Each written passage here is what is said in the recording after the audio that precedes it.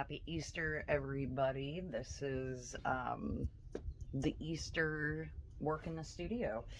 I'm only going to work for about another hour here, and then I've got to head over to my parents for dinner, or lunch, Easter lunch. And my mom's fixing chicken and deviled eggs, so we'll see how that goes down.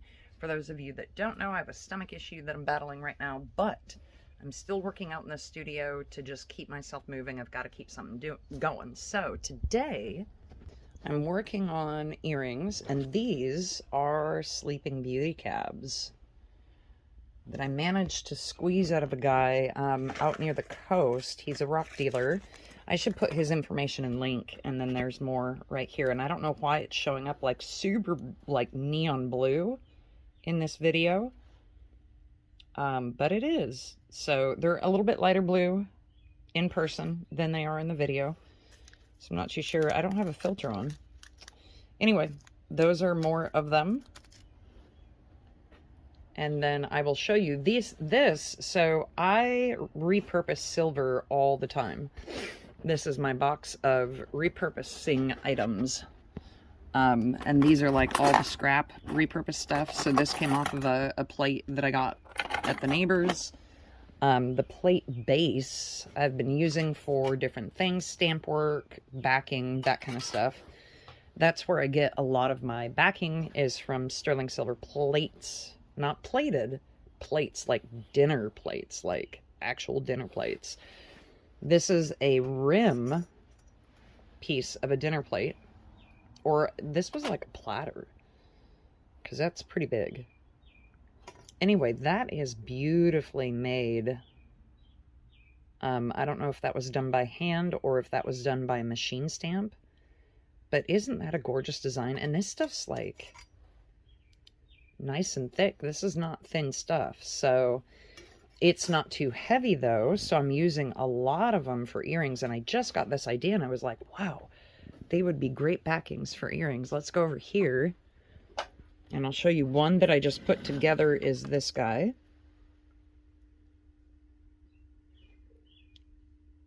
So this is a piece. These are some stones, fire agates that a friend of mine did. He's no longer with us, so I figured I'd do a nice piece out of his fire agates. This is that stamp work. And then here's another set. These have all been treated with the liver of sulfur. That is what gives it that patinaed look. So liver of sulfur, heat some water, dump a little bit of liver of sulfur in the heated water. You can dunk the piece before the stones are set, or you can just brush it on like what I did. I was a little lazy and just brushed it on. And then I'll buff it. Refocus. I will go through and buff these. The silver will show through where it's at the higher spots. The deeper crevices will keep the liver of sulfur treatment, so it looks tanned or aged. And then the wonderful studio. I do have the wood stove pumping. Yeah. That's perfect. Usually I like to have it pegged right there. That means I don't have to feed it anymore. Okay, so I just made bezel wire for these two. I'm going to make bezel wire for this guy, so let's get you all set up. Okay, so I have the bezels for these two made up here. I'm going to make the bezels for these two, and I'm using short bezel wire, shorter. And this is serrated, so this is called serrated. It's got the little teeth. The shorter of the two, so let me show you the difference between the two. And I'll put down the measurements down in the screen. And I get this from a local store. When they run out, I order online at a place called silversupplies.com. So if you need a good silver supplier, go to silversupplies.com. That's the difference. See the height difference? So it's not that much, but it's huge if you're working with stones, and if you have a couple of stones that are short, like these cabs, yeah, the bigger ones can make a big difference in how much you have to actually fill. So I just hold on to this little stone, and I just walk the bezel wire around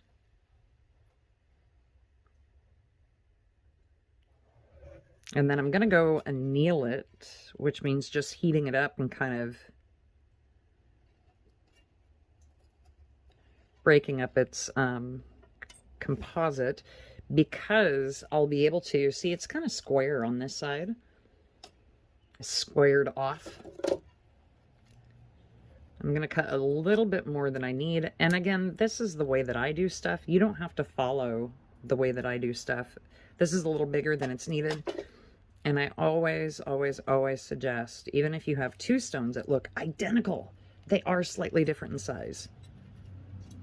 So on to doing this booger here.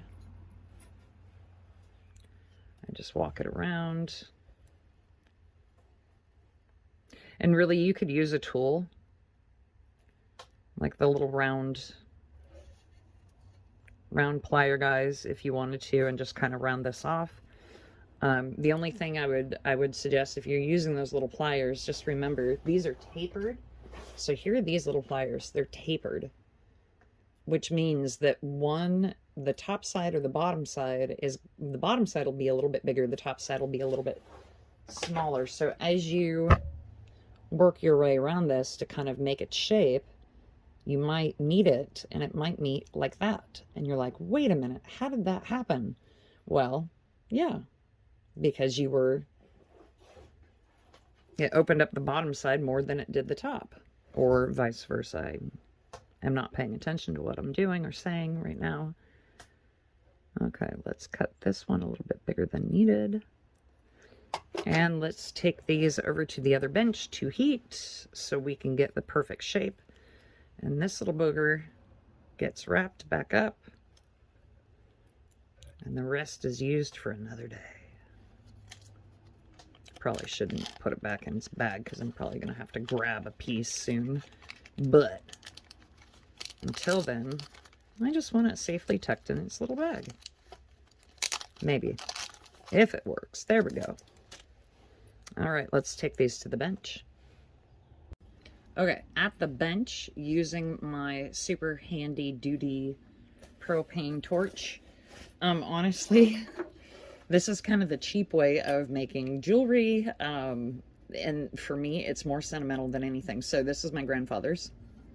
And I started off with this, and I like this setup for my propane. I have a little Smith torch. I just don't use it. So this is what I use. Take a lighter to it. With these older ones, I have found that they have a better flame. So this is an older unit. They have a better flame. You can get a bigger flame with them. Yeah, they just work well. But they do warm up. So did you see how my flame just like went from nothing to a lot? So once you tip them, the flame will get bigger. And let me, oh, guys. So you can see annealing how red they get. I'm not going to get them super red, just slightly red, because these will melt so quickly because they're so thin. And that's all she wrote. Takes 2 seconds. I pick these up, and then I have a dirty container of water. No, you don't have to add the dirt. And I just drop them in. And that's it. I take them back over and wrap them on the stone again. Back to the bench. Whoa. Grab one of these, and then I take this and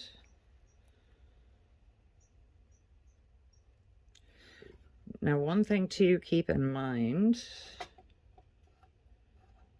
when you are doing bezel wire, it is always easiest to have the bezel wire mate on the longer side and not right here on the shorter rounded part. So when you have an oval, when you have something with a flat, like a flat side to it, I would mate on the flat side.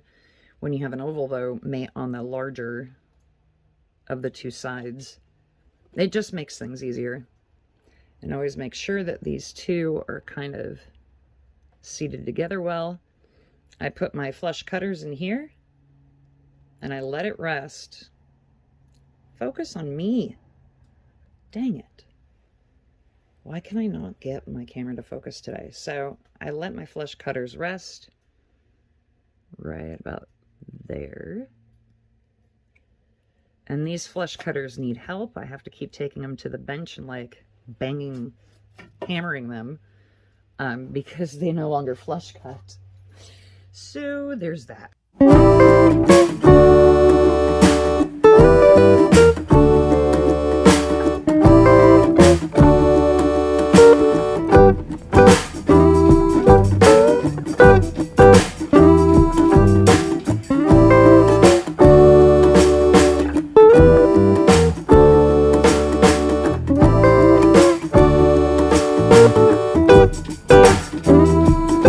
See, I already have two pieces sitting here.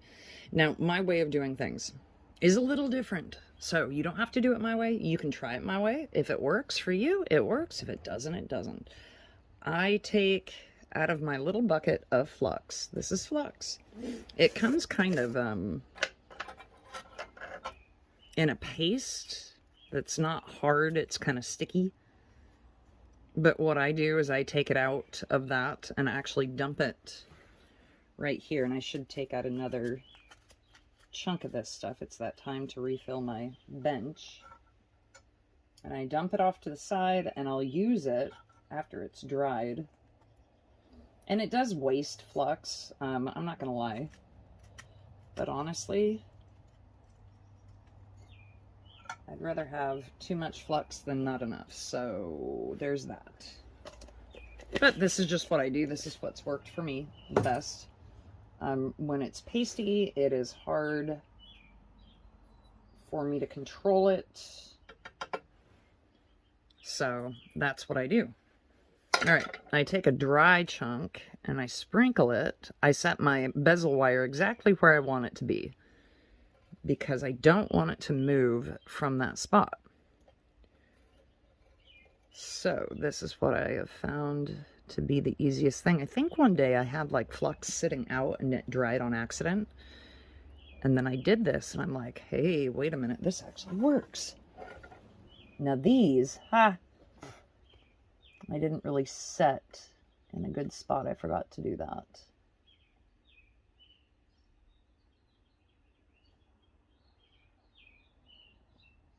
There we go. I have to blow some of it off to see the design. Should have set them beforehand, but I didn't. And it's so annoying. I can't play music because of YouTube. Because they will say that I am copywriting. Okay. On with the... Where's my lighter?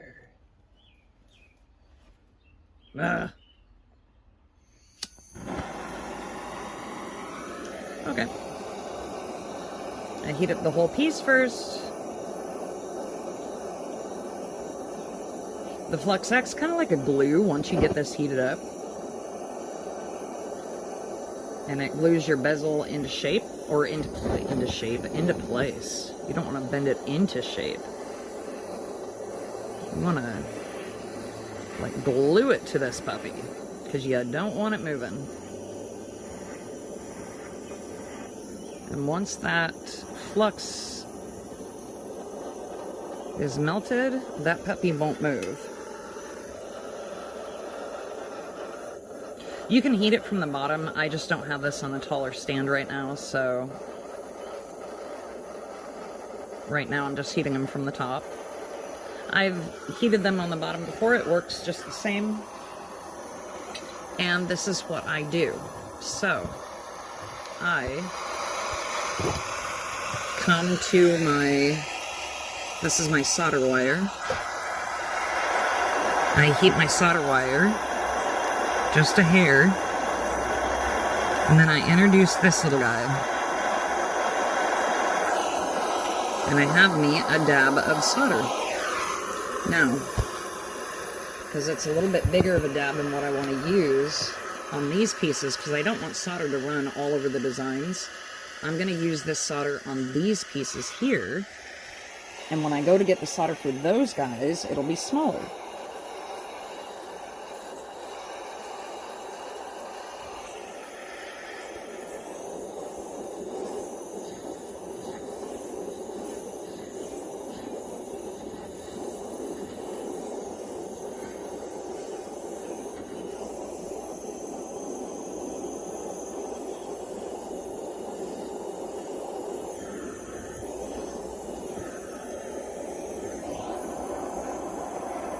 get another little dab for the other side.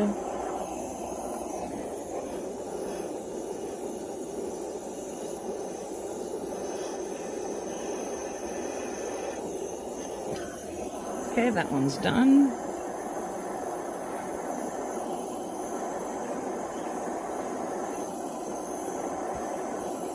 Now, if you get these are, this little pick is from Harbor Freight. The solder will adhere to this little pick. So just hold it out of the flame to begin with.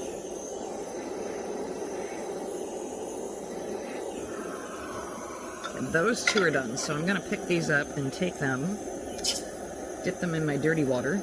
And again, it doesn't need to be dirty, I'm just saying. My water's super dirty and I just need to change it out.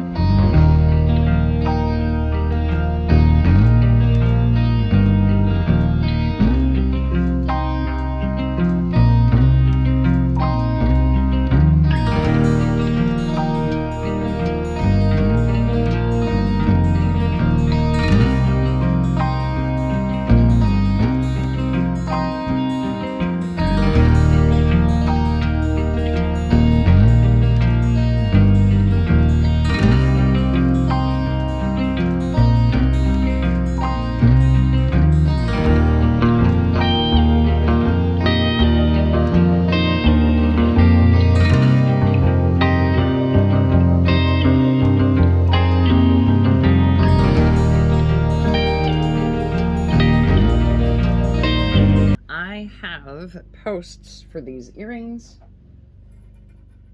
and I need to grab the earrings. So I need posts on these and posts on those. So I'm going to flip them upside down.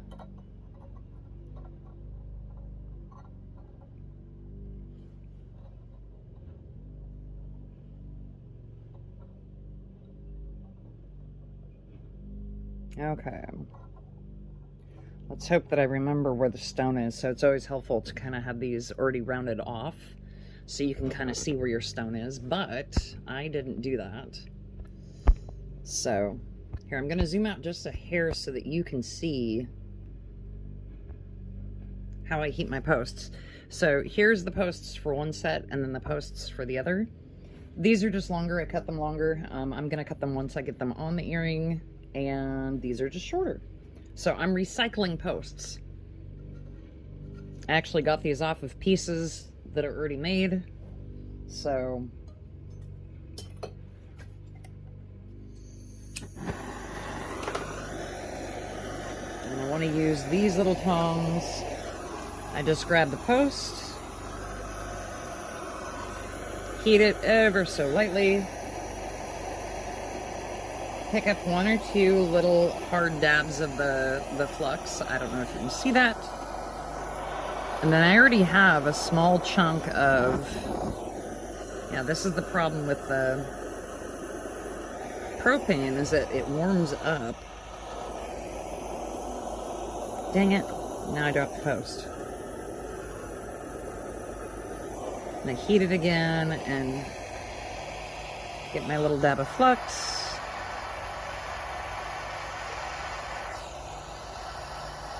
And then I dab it back in a little bit of flux once I have that little dab of solder on there. And then it goes on, and I'm going to get a little more flux because that, and the flux that I dab it in is supposed to go on the piece that I'm heating. So this is melting really quickly.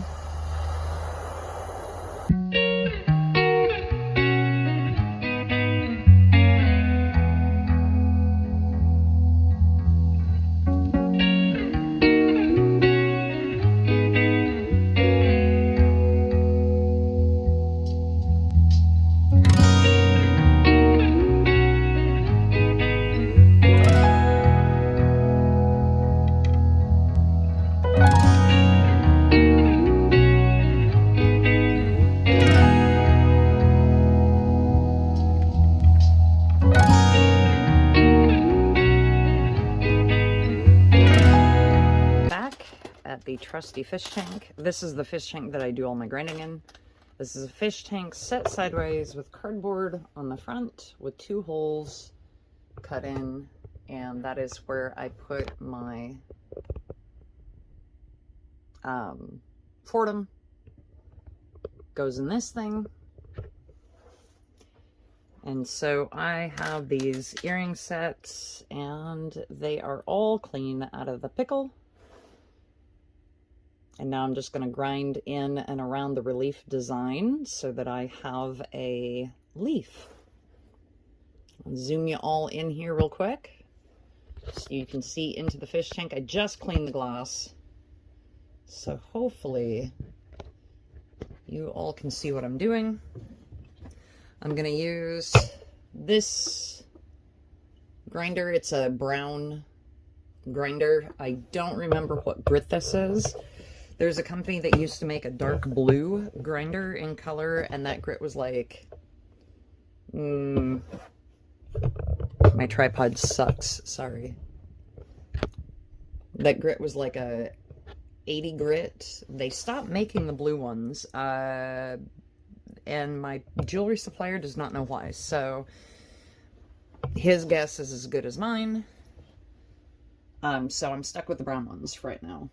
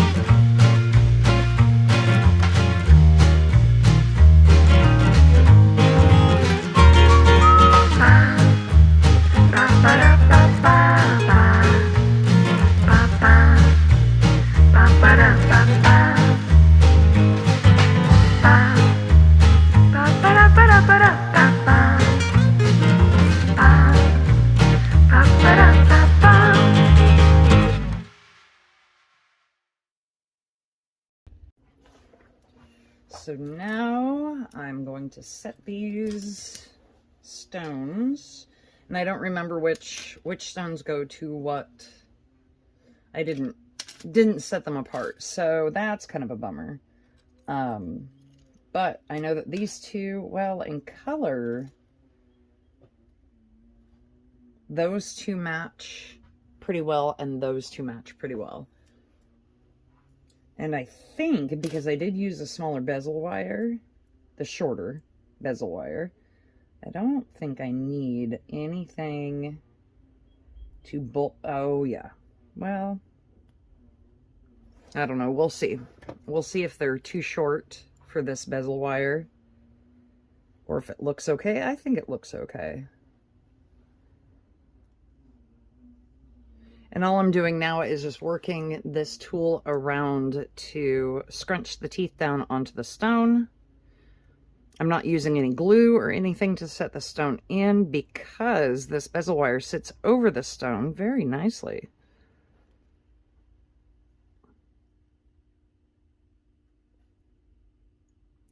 Very nicely indeed. Okay.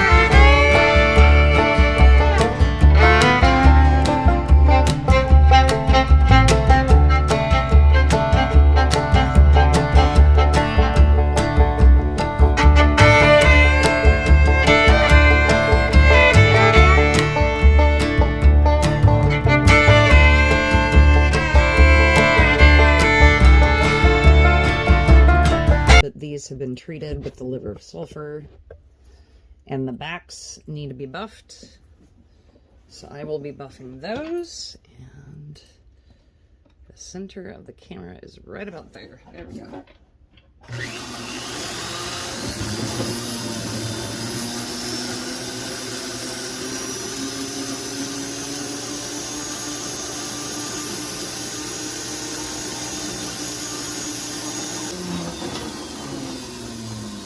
Okay, a little bit of soap and water, and these will be clean soon. These are the final pieces after they've been treated with the liver of sulfur. And again, these are Sleeping Beauty cabs. And they are a little bit lighter blue. This hue is making them seem like kind of a neon blue. But this is how they turned out. There's the backs.